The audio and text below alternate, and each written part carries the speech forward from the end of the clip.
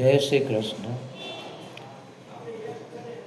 ઈસવીસન 1156માં ભક્ત બોડાણો મૂર્તિ લઈ ગયો એવો કોલાહલ થતાં દ્વારકાથી સંવત 1212માં ત્યારે ડાકોર તપાસ કરવા ગુગળી બ્રાહ્મણના મીન કુટુંબના રામજીભાઈના પુત્રો ઉદ્ધવજી અને રાઘવજી સાથે અન્ય 4 બ્રાહ્મણો પણ ગયા હતા અને ત્યારે તે મૂર્તિ દ્વારિકાધીશની નથી તે ખાતરી કરી આવ્યા હતા એમ તેઓના ચોપડામાં નોંધ પેઢીથી ઉતરાતી સચવાય છે.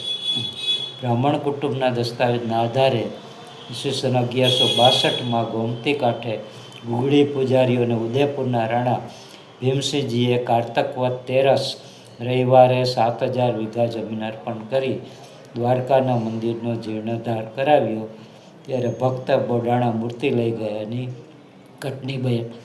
ઘટના બની ગયાને 6 વર્ષ થઈ ગયા હતા. જય શ્રી કૃષ્ણ.